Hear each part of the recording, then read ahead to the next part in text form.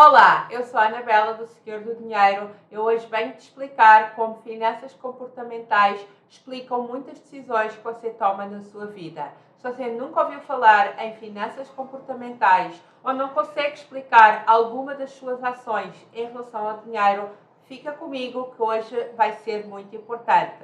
Vem comigo!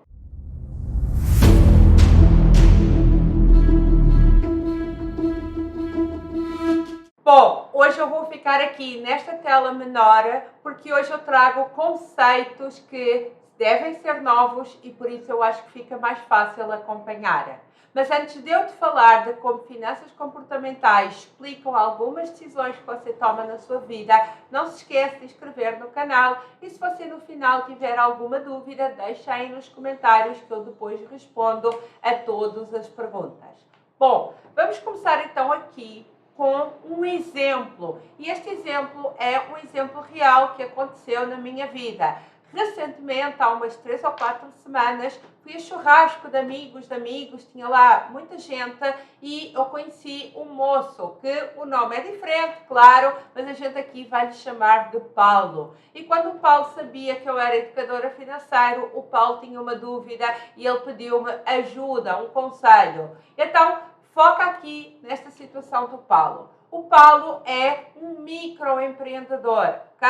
Ou seja, uma pessoa que tem um pequeno negócio. Se você não é microempreendedor, não desista. Não vamos falar hoje das pessoas que são MEI, vamos falar de um outro assunto, mas vamos pegar neste exemplo. Foca aqui no exemplo. E o Paulo tem 29 anos, ou seja, um moço novo. E, tal como todos os microempreendedores, ele é obrigado a contribuir 5% para o INSS, para ter direito a todas as regalias do INSS e também, claro, a sua aposentadoria. Ou seja, ele tem uma contribuição obrigatória de aproximadamente R$55, que claro que como do salário mínimo for aumentando e corrigido pela inflação, a sua contribuição também vai aumentando. Mas no dia de hoje é R$55, só para vocês terem aqui uma noção do número.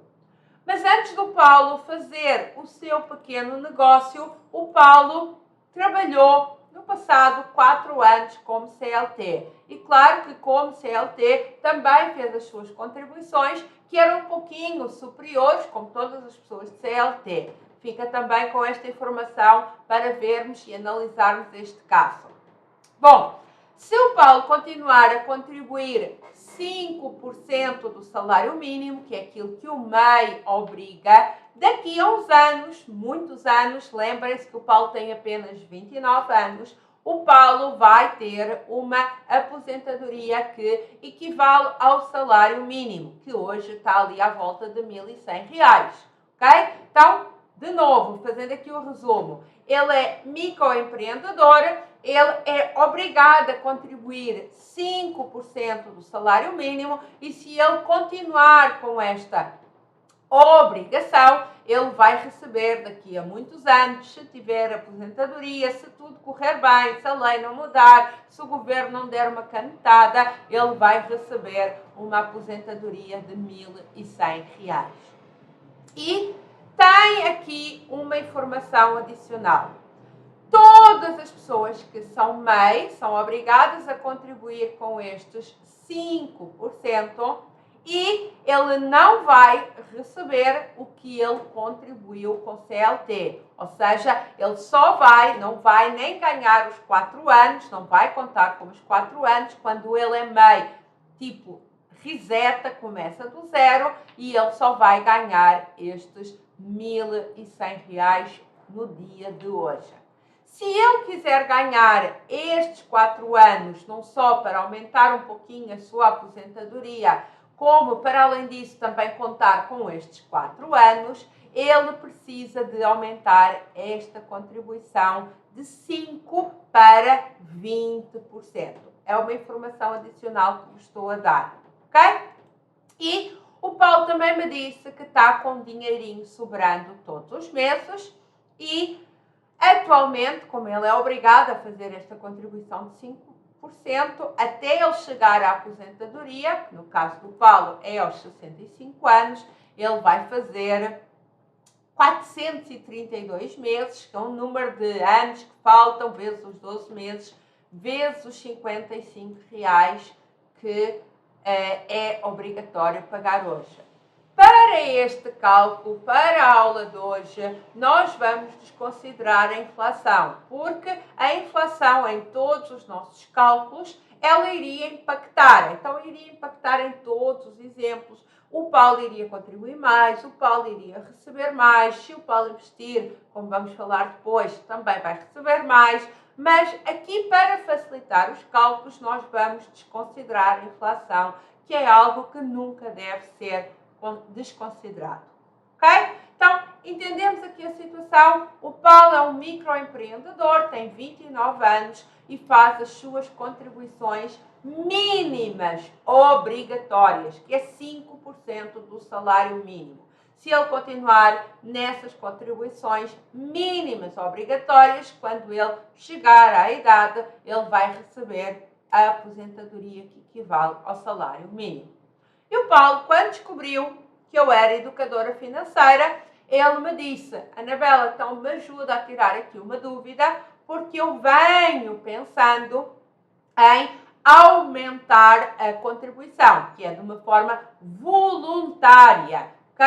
E por que é que ele quer aumentar a contribuição? Que é para ele contar com estes 4 anos e para ele também receber mais uns quebradinhos relativo àquilo que também descontou nesses 4 anos. Mais uns quebradinhos, não conseguimos calcular o quanto é, mas imaginamos que seja pouco, porque também foram apenas 4 anos, ok? O Paulo é uma pessoa nova, eventualmente não tinha um grande salário milionário, mas mesmo que tivesse um grande salário, lembrando que foram apenas 4 anos. Então, se ele aumentar as suas contribuições para 20%, ele vai ganhar estes 4 anos de desconto. E as contas que eu fiz, a dúvida dele era: eu devo fazer isso? Esta era uma pergunta que tem uma resposta binária, ou sim ou não. E eu comecei a fazer contas com o Paulo. Repara que para ser 20%, você iria pagar, em vez de 55 reais por mês, iria pagar 220, ok? Não tinha problema de pagar esses 220, lembrando de uma premissa que ele tinha um dinheirinho sobrando. Então, as suas contribuições passavam de 23 mil reais para quase 100 mil reais, ok? Ele iria ganhar a aposentadoria 1.100 reais, mais uns quebradinhos que nós não conseguimos calcular, que é os descontos relativos a estes 4 anos. Ele também iria precisar podia contar já com estes 4 anos, ou seja, ele não tinha como, quando é microempreendedor, de começar do zero, estes 4 anos, ok? Na cabeça dele, ele se iria aposentar mais rápido, ok? E o que eu lhe disse é, beleza, nesse caso você investiria 0. Lembrem-se que o que ele me disse é que lhe sobrava um dinheirinho. Eu entendi com ele quanto é que era o dinheirinho, não era muito mais do que este valor, 220. Então, atualmente, avaliando pelas condições de hoje, ele não teria condições para investir mais. E quando chegasse à sua aposentadoria, claro, ele teria um património de 0, ele iria viver só com esta aposentadoria, que seria de 1.100 mais uns quebradinhos, ok? Se ele não tem património, ele tem um rendimento 0. Sem património, não tem rendimento. E ele iria viver com a aposentadoria de 1.100 mais uns quebradinhos, ok? Então, ele quase que quadriplica as suas contribuições de 23 mil reais para 95 mil, ele fica com 0 de património, logo tem 0 de rendimento, mas, de acordo com o que o Paulo disse, ele vê vantagens em aumentar a contribuição. O obrigatório é 5 e ele vê vantagens em aumentar para 20. Por quê? porque como ele está entregando o dinheiro ao governo, ele diz que não corre o risco de gastar. Palavras do Paulo, eu apenas estou colocando aqui o exemplo para a gente depois ir debater outro assunto. Então, ele diz que se eu investir, se eu colocar em qualquer investimento, até o mais simples, que é um tesouro IPCA, eu posso gastar. Se eu entregar esse dinheiro ao governo, eu sei que no final eu tenho lá os meus 1.100. Depois ele diz que fica mais tranquilo. Tranquilo porque ele entrega o dinheiro ao governo. Não tem que estar preocupado se está investido ou não. Ok?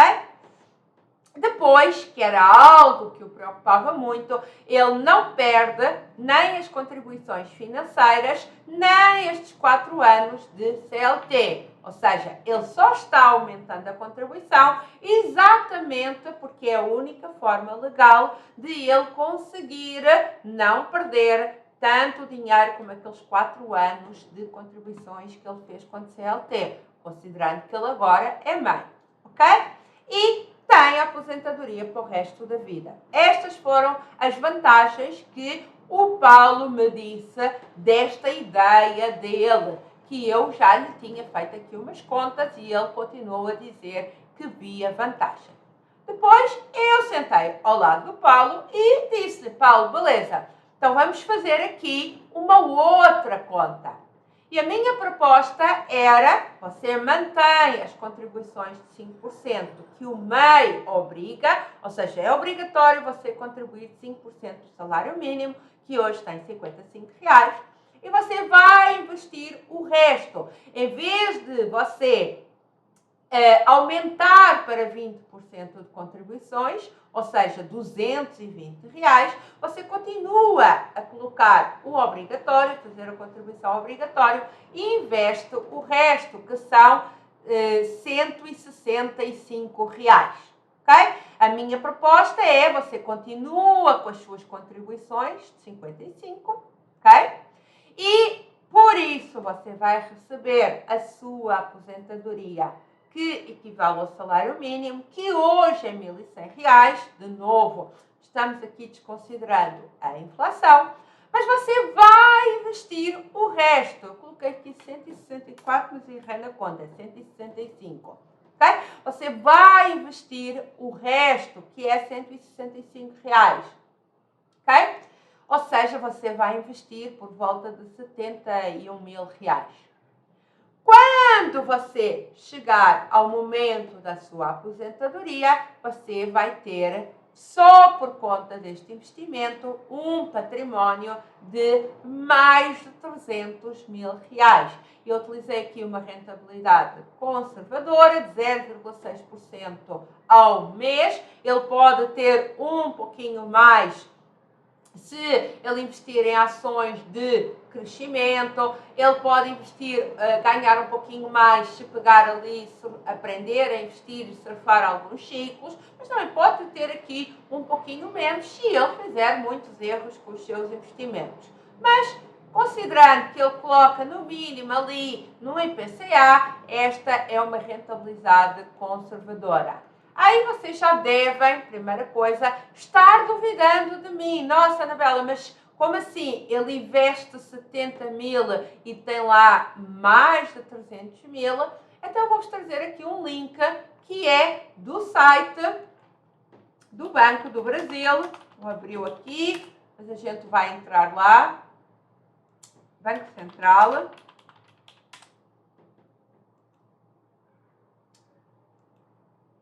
Vocês entram aqui onde diz Calculadora do Cidadão, aplicações com depósitos regulares. Lembrem-se que faltavam 432 meses para a sua aposentadoria, se não mudarem as regras. Como é que eu cheguei a estes 432 meses? Então, ele pode se aposentar aos 65 anos, ele tem 29, então faltam 36 anos para a sua aposentadoria, logo são 432 meses. Então, número de meses, 432.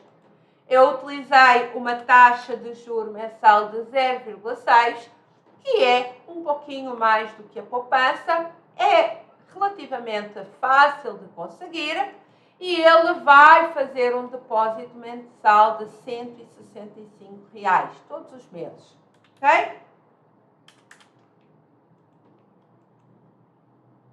E no final ele tem aqui o valor que eu vos falei, mais de 338 mil. Então, utilizem a calculadora do site do Banco Central do Brasil para ver se, reparem como é difícil de acreditar. Na verdade, ele só investe 70 mil, mas devido ao juro composto, ele tem lá, na altura da aposentadoria, 338 mil.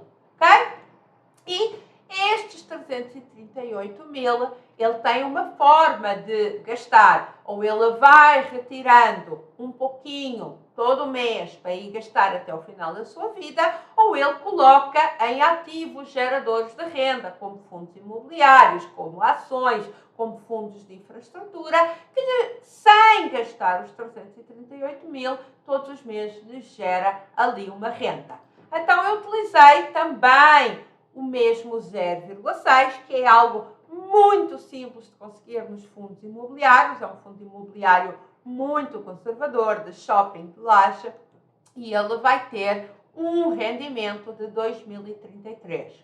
Fazendo esta pequena mudança, em vez de ele colocar os 220 na aposentadoria para receber uma aposentadoria de 1.100 mais uns quebrados e zero de património, zero de rendimento, a minha proposta foi: você continua a colocar o valor mínimo obrigatório e investe o resto, você alcança um património bom que lhe vai permitir de forma fácil mais R$2.000 a somar a aposentadoria que o governo lhe vai dar se tudo correr bem.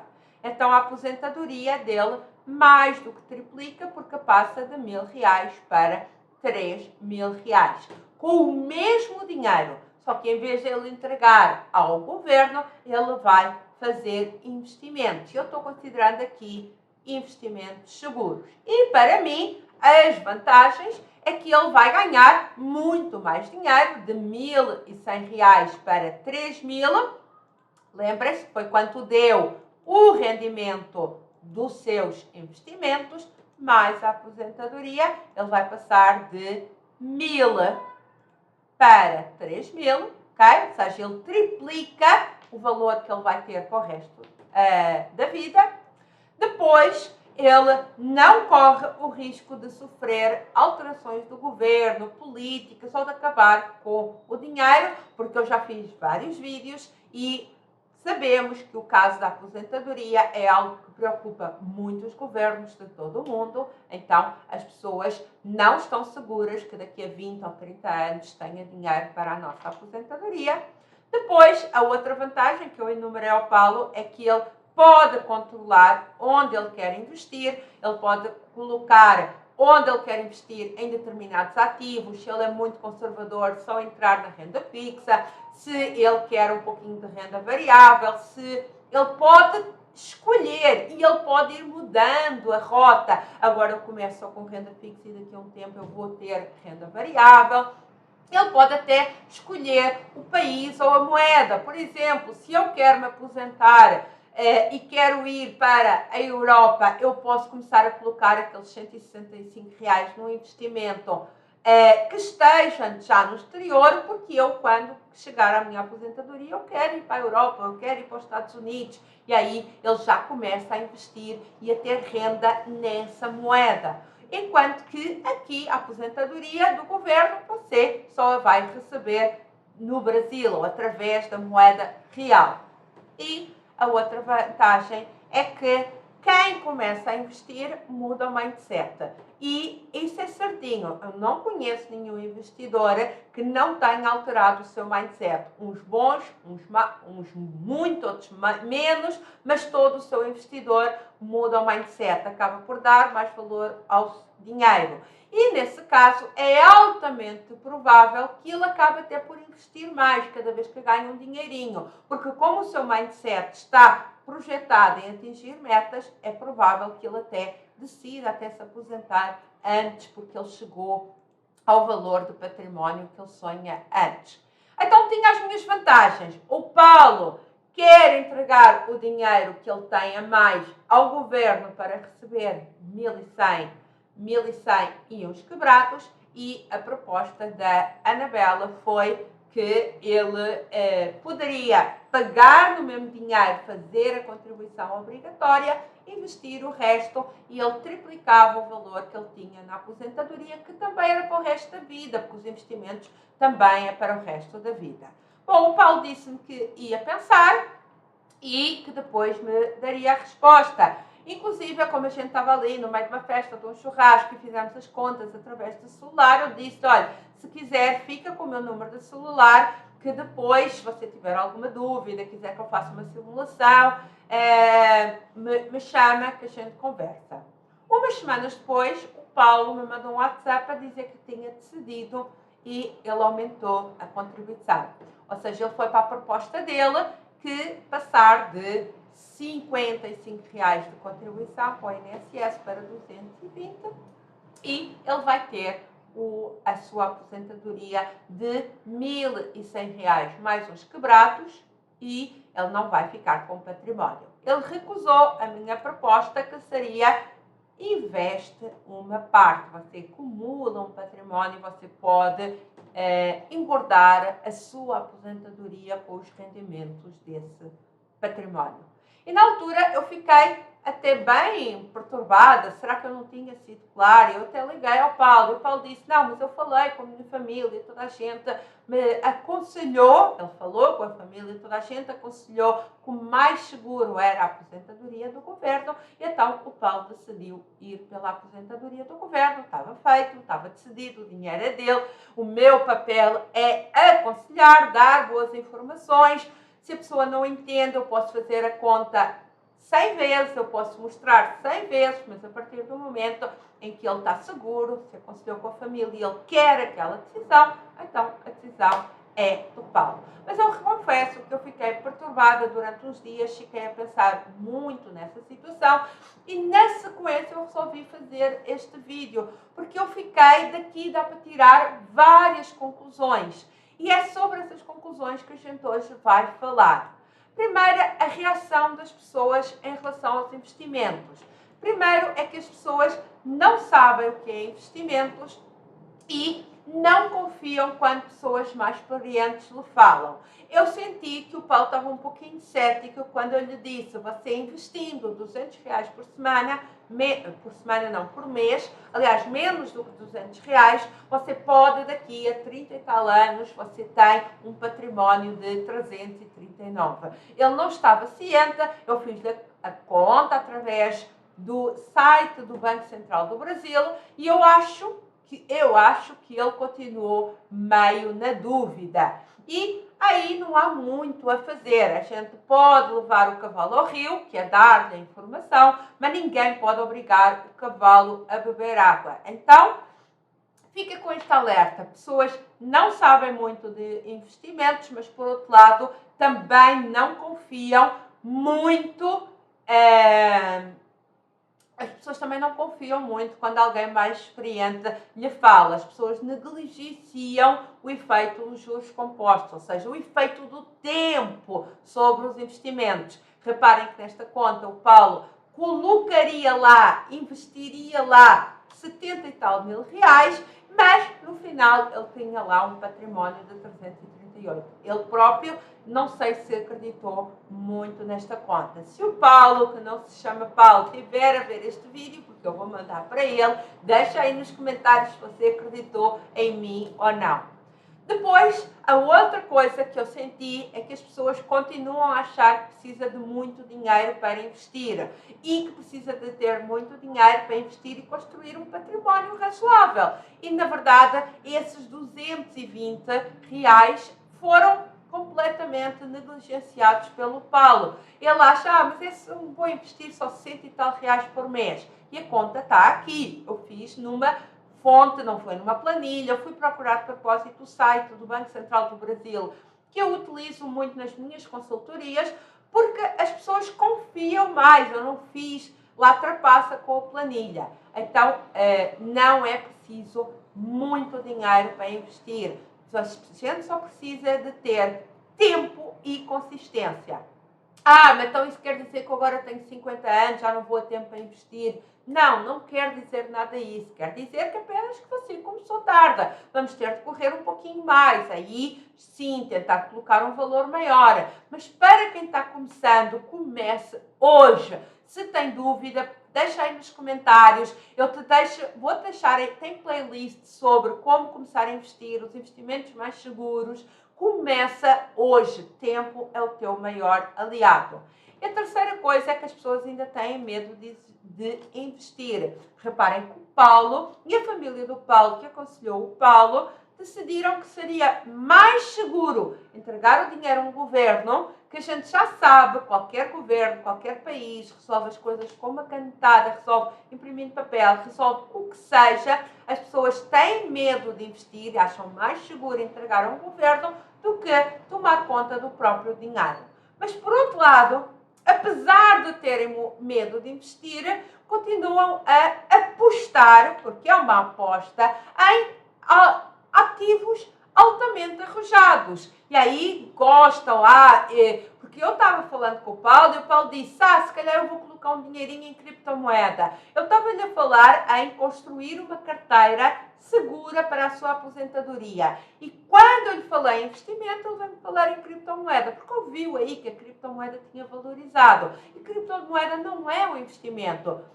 Pode ser colocado em algumas carteiras? Sim, mas ela não é um investimento, é uma especulação. Depende de algumas pessoas acharem que aquilo vale muito e de algumas pessoas acharem que aquilo vale pouco. Se na sua aposentadoria as pessoas acharem que a criptomoeda vale pouco, então não tem nenhum valor. Não é um imóvel, não é uma empresa que gera valores, que vende produtos. Okay? Então, ele tinha medo de investir, mas ao mesmo tempo tinha a ambição, a ganância, talvez, de querer algo mais arrojado para ganhar dinheiro rápido. E é isto que queima logo à partida o investidor iniciante.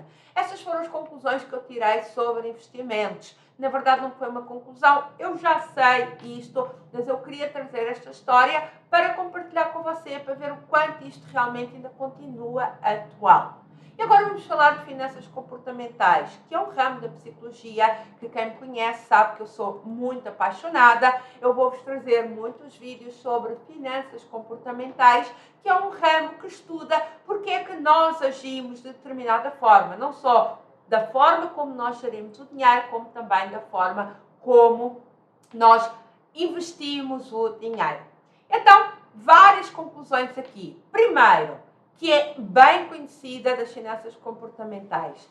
Perder algo gera um sofrimento 2 vezes maior do que a alegria de ganhar. Reparem que eu falei ao Paulo que ele podia ganhar mais de 300 mil reais no investimento conservador, mas ele continuou achando e falando daqueles 4 anos CLT, daquelas contribuições daqueles 4 anos. Ou seja, aquela perda de 4 anos estavam doendo mais do que o dinheiro que eventualmente ele poderia ganhar. E isso está devidamente estudado e documentado em finanças comportamentais, chamado sentimento de perda. Como é que a gente resolve isso? Bom, não tem muito o que resolver. O sentimento de perda está bem ciente nós como humanos, por isso é que tem famílias e famílias aí que estão em guerra, porque um perdeu isto, porque o outro perdeu aquilo, porque se deu a este filho, não se deu ao outro. A forma de nós lidarmos com o sentimento de perda é com maturidade, com reflexão. Cara, perca aqueles 4 anos, perca. Os 330 e tal mil reais é muito melhor. Ok? Segundo, é mais fácil aceitar uma perda coletiva do que uma perda individual. quando eu falei ao Paulo e mostrei algumas notícias sobre a preocupação dos governos do mundo inteiro, países mais ricos, países mais desenvolvidos, até que o Brasil, e que esses governos estão muito preocupados com a aposentadoria no futuro, que pode não haver dinheiro, está escrito, tem fóruns aí dos representantes do governo, e que pode não haver dinheiro, o que ele me disse é, beleza, mas aí perdemos todos. E a resposta é não, Paulo, não perdem todos, só vão perder, só se vão ferrar as pessoas que estão entregando o seu dinheiro ao governo. Porque quem está investindo não vai, tem lá o seu dinheiro, porque tomou conta do dinheiro. Neste exemplo da proposta que eu dei ao Paulo, o Paulo iria receber 1.000 do governo, 2.000 dos investimentos. Se correr mal com a aposentadoria, ele fica com estes 2.000. Mas se ele decide colocar o dinheiro todo no governo, ele vai perder tudo. E ao que ele me responde, mas perdemos todos. Isso também é um sentimento humano que, ok, então a gente perde todos ou ganha todos e então estamos todos ferrados. É muito melhor do que eu assumir a responsabilidade para mim e só eu é que perder. Isto é conhecido o efeito manada. Todo investidor conhece muito o efeito manada, que é, vai tudo para um lado, mas vão todos juntos, que a pessoa quando se sente insegura prefere tomar as decisões em relação ao que a maioria está tomando, em vez de tomar aquilo que a razão lhe diz. Eu acho que o Paulo entendeu os meus cálculos, entendeu a minha razão, mas cara, eu prefiro perder o dinheiro do governo, até porque tem sempre ali um bode expiatório, do que ser eu a perder. Toda a gente coloca o dinheiro no governo. Terceira coisa que Finanças Comportamentais explica muito bem é que as pessoas preferem delegar as suas decisões em vez de assumir a rédea das suas vidas. O paternalismo. Eu prefiro entregar o dinheiro ao governo, que eu sei que não toma as melhores decisões, que eu sei que, pelo menos para mim, pode tomar as melhores decisões para o coletivo? Pode. É discutível isso. Mas eu prefiro entregar ao paizinho para tomar conta do dinheiro e quando chegar à aposentadoria ele me dar uma mesada de 1.000 e tal reais até eu morrer, do que eu assumir as rédeas e o controle da minha vida, o controle do meu dinheiro. Também isso é humano, não fiquem a achar que é só o Paulo. Todos nós humanos temos estas características. Pessoas mais racionais ou que estudam mais economia, mais investimentos, acabam por deixar estas características mais adormecidas. Pessoas mais emotivas, menos racionais, menos económicos, que estudam menos a economia, preferem a parte do paternalismo. Eu vou entregar o dinheiro ao paizinho e o paizinho depois vai-me dar aquilo que o paizinho acha justo, ok? Então, fica com estes alertas apenas para você saber que todos nós humanos temos, e todos nós temos que lutar, porque, no caso do Paulo, ele abdicou de um património de 338 mil reais para entregar o dinheiro ao paizinho governo. Okay? A outra coisa que todos nós humanos temos é aceitamos melhor a opção padrão ao que sempre foi feita. O que é que existe? O que é opção padrão? É colocar o dinheiro na aposentadoria. O que é diferente? O que é que nunca se fez na casa, na família, no meio do Paulo? Investir. Então o Paulo prefere a opção padrão, que é o viés do status quo, ok? Também é explicado em Finanças Comportamentais. Se eu tenho duas coisas para decidir, eu vou decidir o mais semelhante àquilo que sempre se fez no passado. Isto nos leva já para outra situação também explicada em Finanças Comportamentais, que é nós avaliamos pelo que vemos à nossa volta. O que é que o Paulo viu os pais a fazer? Entregar o dinheiro ao governo. O que é que o Paulo viu os tios, os avós, os amigos? Entregar o dinheiro ao governo. E a pergunta é, mas os pais, os tios, os avós, os amigos do Paulo têm um património? Conseguem ter algum dinheiro de rendimentos desse património? A resposta é não. Então ele está seguindo aquilo que lhe está disponível à volta dele. Não é o correto, tanto que as pessoas não vivem, não têm nenhum dinheiro investido, não têm dinheiro de património, mas é mais seguro para nós humanos nós avaliarmos por aquilo que vemos à nossa volta. Por isso é que quando nós viajamos para outras culturas, e nem precisam de ser culturas muito diferentes, às vezes é difícil nós entendermos os hábitos de outros países. Porquê? Porque nós estamos a avaliar aquilo que nós estamos a ver nesse país por aquilo que nós não conhecíamos. Okay? E então não é legal a gente falar das culturas de outros países porque cada um tem a sua forma de ver mediante aquilo que lhe tem disponibilidade. Depois, outra coisa que é explicada nas finanças comportamentais é o otimismo e o excesso de confiança que todo humano tem. Nós tendemos sempre a acreditar que vai correr tudo bem. O Paulo disse, mas não se preocupe com isso da aposentadoria, o governo vai lá dar uns pulos e vai ter dinheiro. Pronto, é a tendência ao otimismo e ao excesso de confiança. O que eu lhe queria dizer é, beleza, Paulo, se o governo der uns pulos e tiver aposentadoria, os seus 1000 e tal reais estão assegurados. Mas, investindo, você tem um plano B. E é um plano muito bom, B, que se pode complementar ao dinheiro que o governo lhe vai dar. Mas ainda assim, ele preferiu entregar o dinheiro ao paizinho, o governo. Eu estou brincando, mas é mesmo isso que as pessoas sentem. Depois, e é algo muito importante que eu gostaria que você refletisse, é que é muito difícil tomar decisões quando a consequência é muito distante do tempo. Reparem que o Paulo hoje, com 29 anos, tem que tomar uma decisão que vai ter uma consequência quando ele chegar aos 65, que é o momento em que ele vai tirar a aposentadoria. Então, é muito difícil nós tomarmos essa decisão. Por isso é que nós somos mais gordos, porque nós comemos o bolo hoje, que é gostoso, é prazeroso, e ele entra na nossa barriga, nas nossas nádegas, a gente vê o efeito daqui a um tempo. Okay? Por isso é que é difícil o contrário, fazer dieta, porque eu tenho que ir correr hoje, mas eu só vejo o emagrecimento daqui a um tempo. Então, cada vez que a tomada de decisão e a consequência estiverem distantes no tempo, é difícil tomar essas decisões. Okay?